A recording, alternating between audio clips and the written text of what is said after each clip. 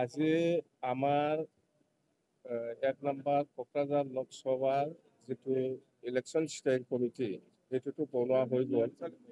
আজি আমি election steering committee office ইনগ্ৰেশ্যন কৰিলোঁ আৰু আজিৰ পৰাই আমাৰ যিখিনি ব্লক ৱাইজ বা প্ৰাইমাৰী ৱাইজ যিখিনি প্ৰগ্ৰাম ইলেকশ্যন ষ্টেয়াৰিং কমিটিয়ে যিটো আজি শ্বেডিউল কৰা হ'ব।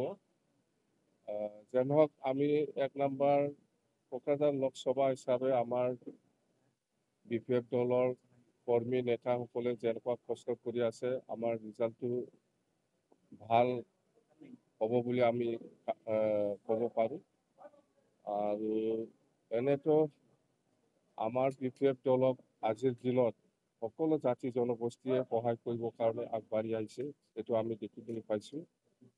তো এই হিচাপত আমি কোকৰাঝাৰ লোকসভাটো জিকাটো খাটাং হৈ আৰু যোৱাকালি আমি দৰং ওদালগুৰি লোকসভাৰ যিটো নমিনেশ্যন আমাৰ BPF দলৰ প্ৰাৰ্থী দুৰ্গা দাস বড়ো ইয়াক আমি নমিনেশ্যন ফাইল কৰিলোঁ আৰু খুব গৰ্জিয়াছলি আমি নমিনেশ্যনটো ফাইল কৰিব পাৰিছোঁ। আৰু ইয়াত আমি এনেকুৱা ধৰণৰ ৰাইজৰ যিটো অংশগ্ৰহণ সেইটো দেখি পেলাই আমি ক'ব পাৰোঁ যে দৰং ওদালগুৰি লোকসভাও আমাৰ 100% জিকিব। সকলো জাতি জনগোষ্ঠীয়ে আগুৱাই আহিছে দৰং ওদালগুৰিৰ ক্ষেত্ৰতো। তো আমাৰ ফাইটিং হ'ব দৰং ওদালগুৰিৰ BJP কংগ্ৰেছ আৰু BPFৰ মাজত। তো জানক আমাৰ BPF দলৰ পৰিচয়টো খুব ভাল এতিয়া কোকৰাঝাৰ লোকসভা আৰু দৰং ওদালগুৰি লোকসভাটো সেইখিনি কথা। আৰু আজি আমি বৰপেটা লোকসভাৰ যিটো আমাৰ BPF দলৰ কেণ্ডিডেট এইটো আমি আপোনালোকৰ থ্ৰুদি আমি ঘোষণা কৰিব ভাবিছোঁ। আমাৰ উমেশ সমেশ উদ্দিন ডাঙৰীয়া সেইটো কেণ্ডিডেটটো আৰু নাই বৰপেটা লোকসভাৰ কেণ্ডিডেট হ'ল সমেশ